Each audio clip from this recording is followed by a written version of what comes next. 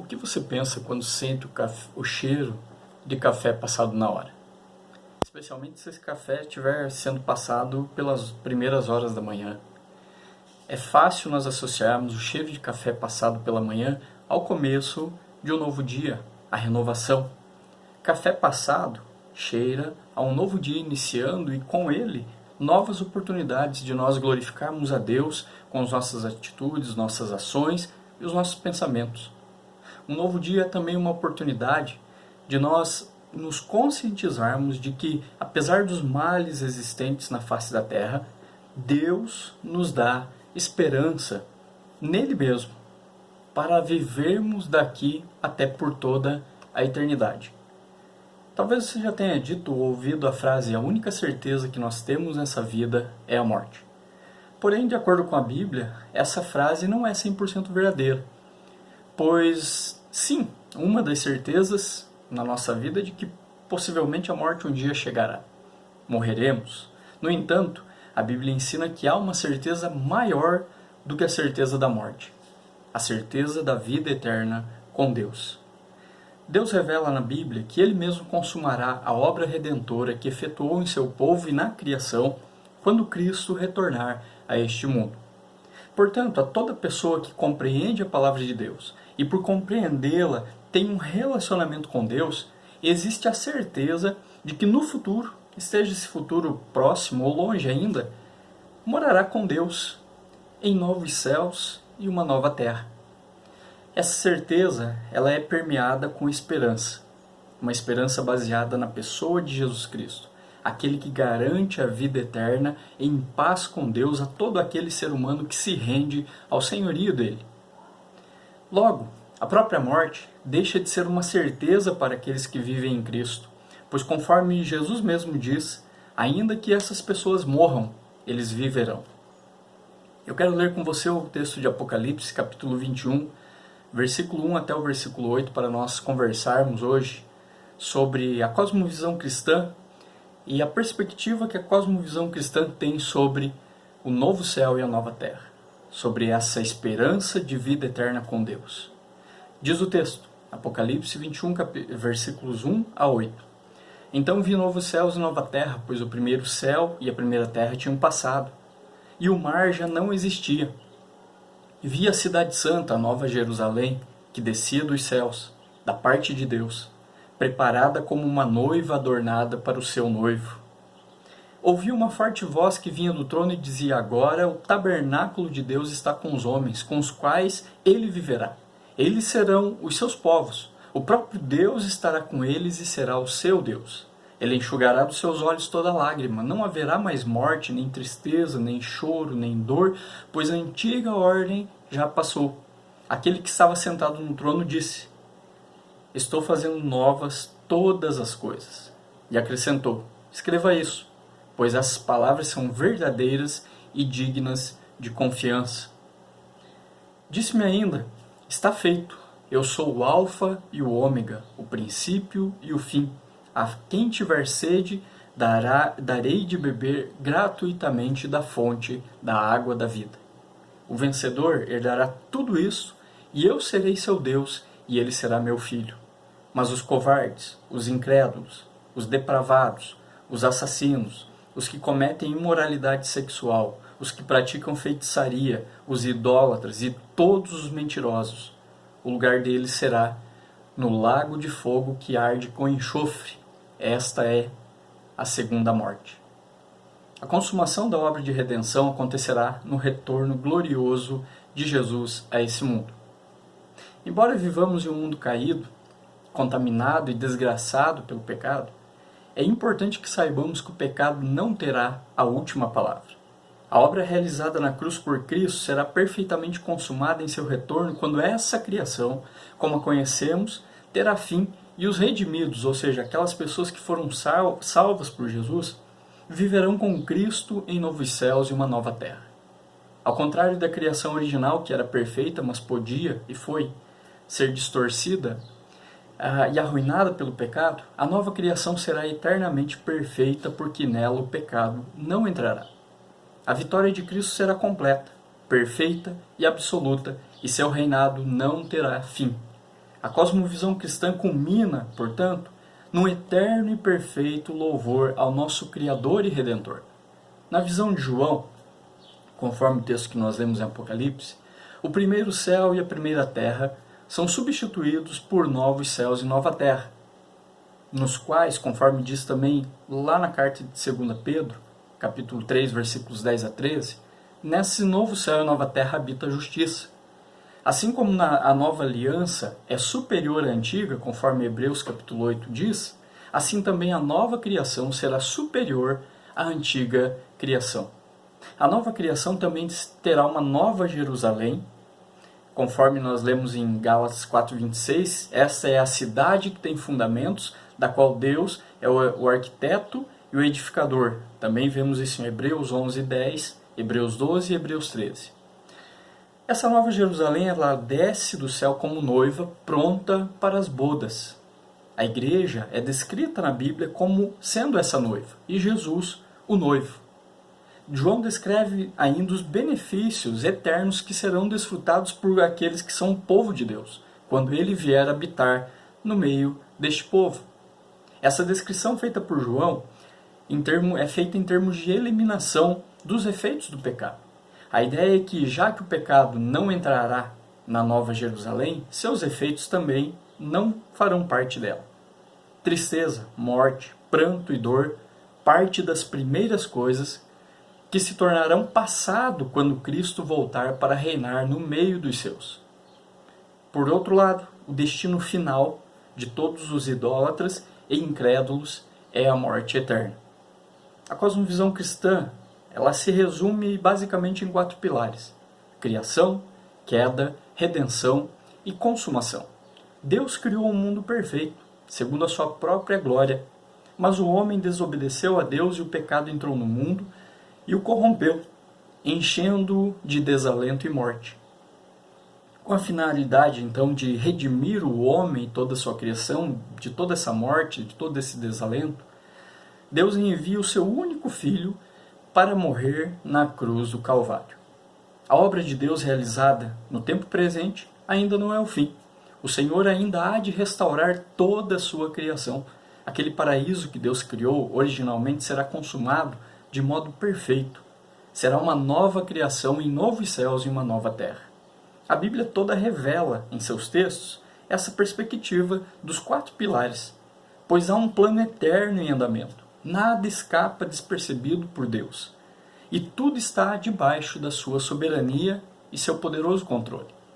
Há uma antiga expressão, com a qual algumas histórias terminam, diz assim: e viveram felizes para sempre. Provavelmente você completou a frase aí. E segundo a cosmovisão cristã, essa frase ela encaixa-se perfeitamente ao povo de Deus quando Cristo voltar.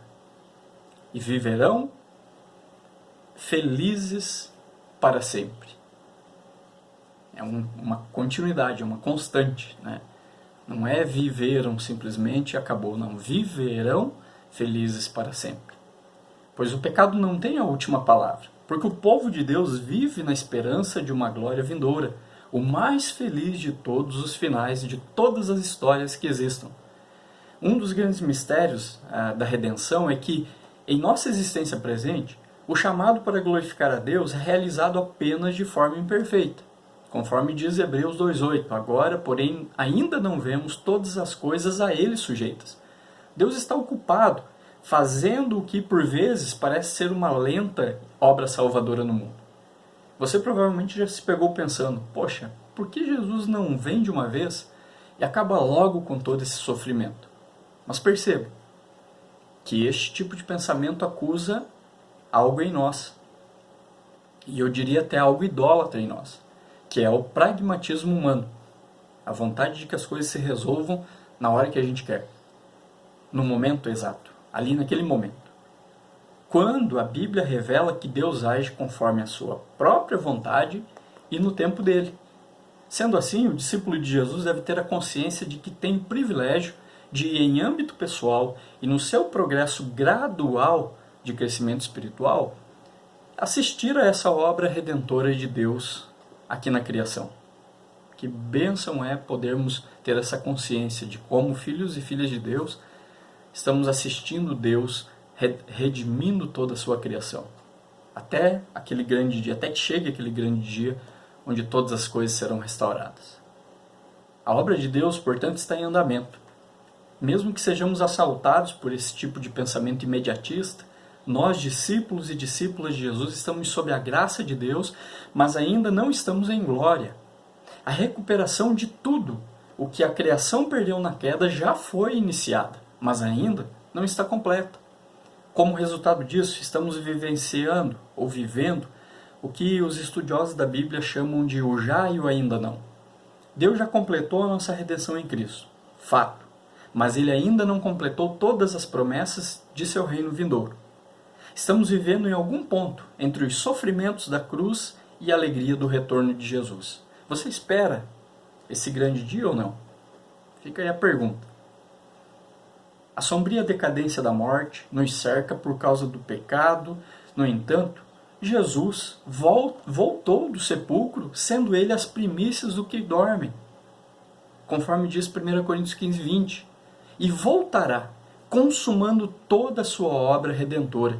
Como Cristo ressurreto, portanto, vivemos na presença do perfeito futuro de Deus.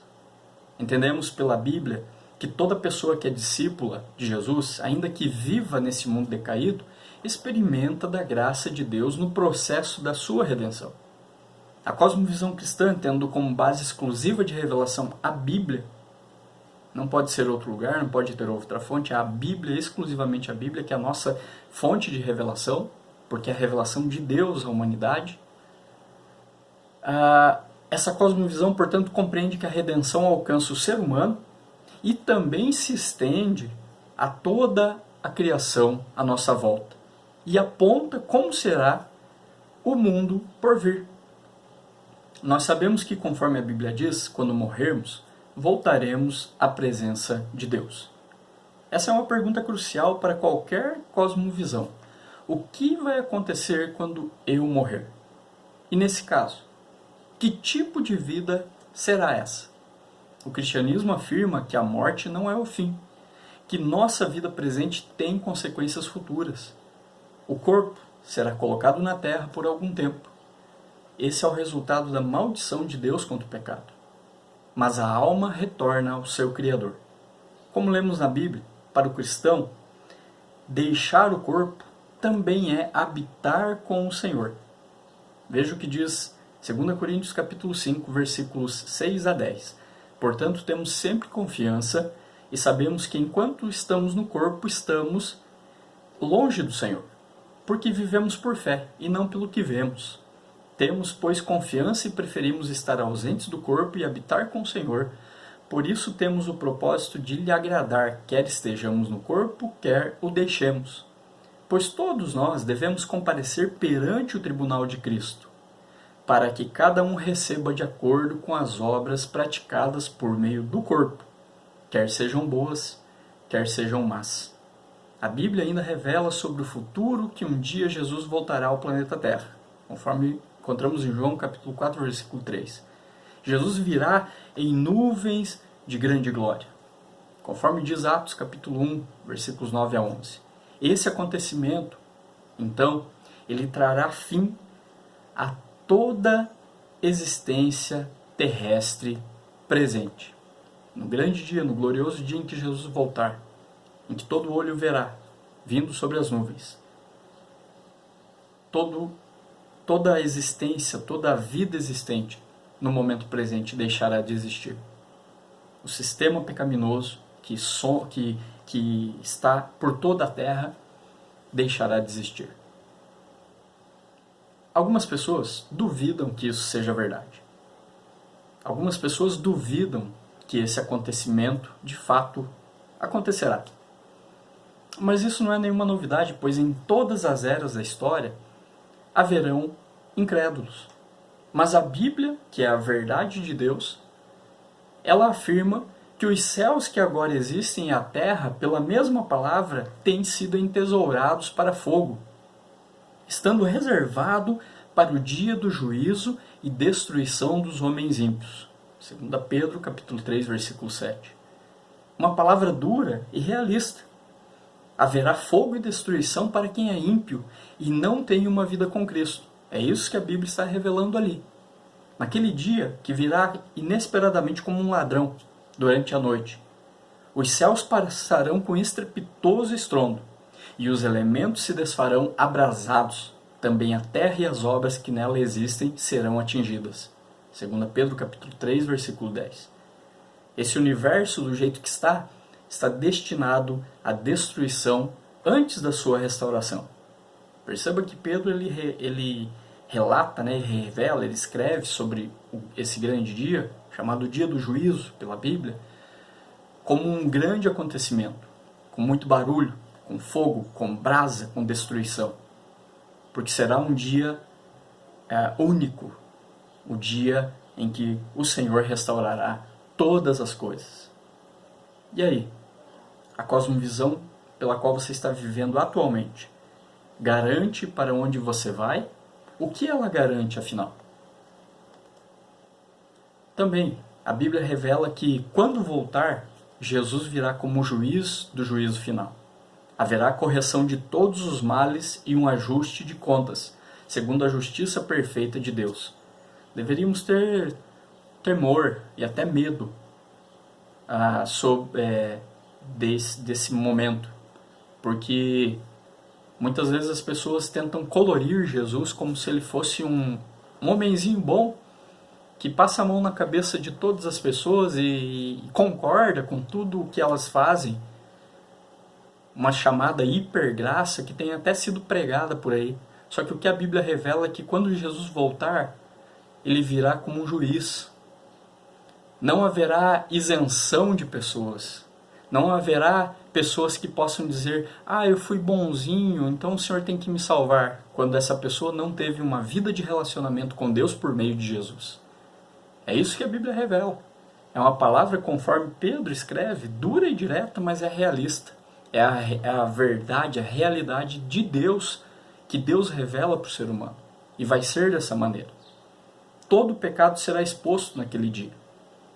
A Bíblia é clara e direta a esse respeito. Ela diz: Deus há de trazer a juízo todas as obras, até as que são escondidas, quer sejam boas ou más, conforme encontramos em Eclesiastes capítulo 12, versículo 14 e Romanos 2,16. Não haverá exceções. Ninguém ficará isento desse dia, ninguém escapará desse dia. Ninguém poderá se esconder nesse dia. Logo, a perspectiva do julgamento vindouro traz importância eterna a todas as nossas palavras e ações. Tudo, desde a crítica casual que fazemos sobre um amigo até o local onde nós navegamos na internet. Até o local onde nós navegamos na internet. Jesus saberá sobre o seu histórico no seu computador. O que você vê ou deixa de ver. Para os que morrem sem Cristo, para os que persistem em sua rebelião pecaminosa contra Deus sem jamais se achegarem a Jesus em fé e arrependimento, o julgamento trará condenação eterna.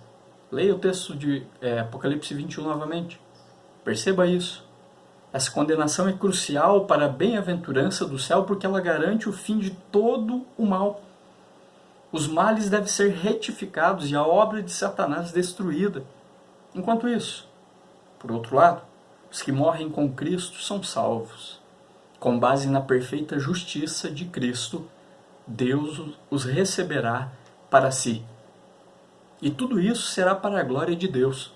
O julgamento final demonstrará tanto a justa santidade quanto a misericórdia graciosa de Jesus Cristo, que retornará no final dos tempos, para ser glorificado em seus santos e admirado em todos os que creram. Um dia, Jesus reinará supremo sobre todas as coisas. Então a salvação deve envolver algo muito maior do que simplesmente a nossa própria entrada na vida eterna. A glória vindoura é cósmica em seu escopo e abrange não apenas um novo céu, mas também uma nova terra. Apocalipse 21:1. Enquanto a criação é recriada em Cristo e restaurada ao seu objetivo pretendido, o paraíso não será simplesmente reconquistado no mundo que virá. Ele será consumado. Desse modo, Deus cumprirá a sua promessa de tornar novas todas as coisas. Uma promessa que nós encontramos lá no profeta Isaías, no capítulo 65. Desde aquele tempo, bem anterior a Apocalipse ter sido escrito, Deus já prometia essas coisas. E continua prometendo, e Ele cumprirá. Ele consumará o paraíso que foi perdido na queda. Ao mencionar Jerusalém, conforme nós vemos no texto, a Bíblia situa a promessa de alegria futura num contexto explicitamente urbano.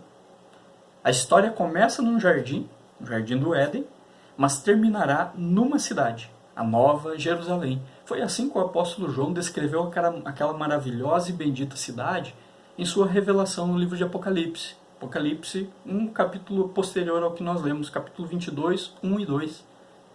Quando nos lembramos do chamado como criaturas de Deus, que nós recebemos na criação, o nosso mandato cultural para explorar as potencialidades do mundo que Deus criou, e quando considerarmos a nossa profunda necessidade de comunhão, faz perfeito sentido que tenhamos um futuro urbano. Perceba, por exemplo, como em nosso cotidiano como humanidade, a capacidade que nós temos de uma matéria bruta, nós podermos aperfeiçoá-la ao ponto de se tornar uma máquina robótica inteligente. Ou de um fruto in natura, como nós dizemos, o tornarmos em um prato sofisticado pelo processo do cozimento. Isso é mandato cultural em ação. Isso será também restaurado naquele dia. À perfeição. No tocante ao aperfeiçoamento de sairmos de um jardim e nos tornarmos uma sociedade humana, percebemos que a cidade é o local onde as pessoas se reúnem para fazer cultura e na cidade celestial de Deus. Todos os nossos relacionamentos e atividades se unirão para serem o que sempre deveriam ter sido. E para abrilhantar isso, serão em um contexto de perfeição eterna. Glórias a Deus. Aleluia por isso. A vida em comunidade daquela cidade futura e derradeira não está descontinuada dessa nossa experiência presente, mas sim será a sua realização e consumação. É a criação perdida e caída que Deus restaurará. Há uma interpretação errada de que o chamado fim do mundo será uma destruição para a aniquilação total de tudo. Porém, o que a Bíblia revela é que a destruição deste mundo e universo, que estão sob o pecado, será para restauração e purificação. Deus restaurará o que Ele criou. Podemos lembrar aqui de uma ilustração, mesmo que limitada, quando nós assistimos aqueles programas em que restauram carros antigos. O restaurador mantém a originalidade do carro, repintando e desenferrujando o que está estragado, mas o carro é o mesmo. De algum modo misterioso, as melhores coisas dessa vida serão transportadas à vida no porvir. Portanto, quando a Bíblia visualiza a vinda do reino de Deus, ela promete que os reis da terra lhe trarão a sua glória. Apocalipse 21, versículos 24 a 26, diz em uma parte a glória e a honra das nações. Mesmo que não compreendamos todas as implicações dessa promessa, a Bíblia está fazendo uma clara conexão entre o presente e o futuro. Toda boa obra que fizermos para Deus não está perdida, mas torna-se parte do seu reino eterno. E isso é verdadeiro para todas as nações, quando as várias culturas do mundo trouxerem seus presentes singulares ao reino de Deus. A beleza da criação à nossa volta, assim como a arte que produzimos, antecipa a vinda da glória de Deus. A glória de Cristo incluirá também a redenção do nosso corpo.